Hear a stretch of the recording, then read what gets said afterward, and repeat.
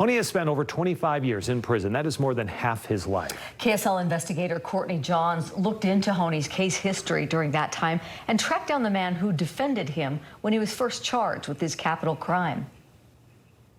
We have reached out to dozens of people involved in this case, most of whom did not want to talk. And those who did agree to speak on camera met Mr. Honie after he murdered and sexually assaulted Claudia Ben.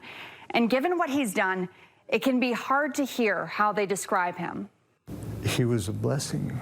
Working as a plumber for the Utah State Prison in 2022, Cody Killian says Taberon Honie assisted him, a privilege his defense attorney claims no other death row inmate has earned, and a job Killian says Honie used as an opportunity to check in on his friends as he walked the halls. Always asking people how they're doing. You okay? And nobody else did that. But shortly after Killian left, Honie tested positive for drugs and got in a fight with an inmate, something Honie claimed was due to him coming closer to his execution date. Prison documents show 6 additional disciplinary infractions, most of which were minor. He was an ideal client, and just a good-natured person. Stephen McCoy says defending Honie was the hardest capital murder case of his career. This was not an easy case to try.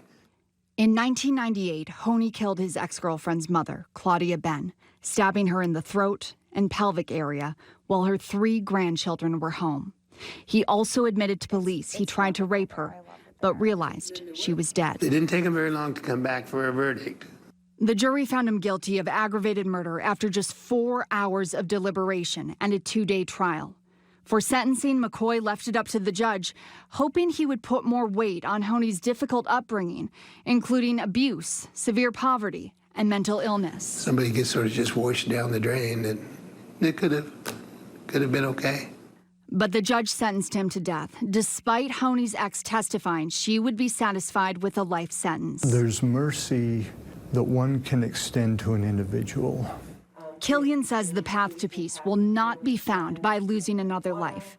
But he understands why some would see the additional 26 years Honie has had as too much time. All I can tell you is, knowing Honie, all the people that knew him, he was a good man, and he became something better than what he was.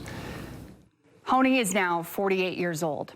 His victim, Claudia, was 49 when he murdered her, just 1 year older than he is now. Deanie and Mike, back to you. Courtney, thank you. Honie is set to be executed just after midnight tomorrow at 12:01 Thursday morning. Live team coverage of Utah's first execution by lethal injection in more than 2 decades begins at 10 o'clock tomorrow night right here on KSL 5. We'll also be streaming throughout the night on the KSL Plus app. New wildfire flare.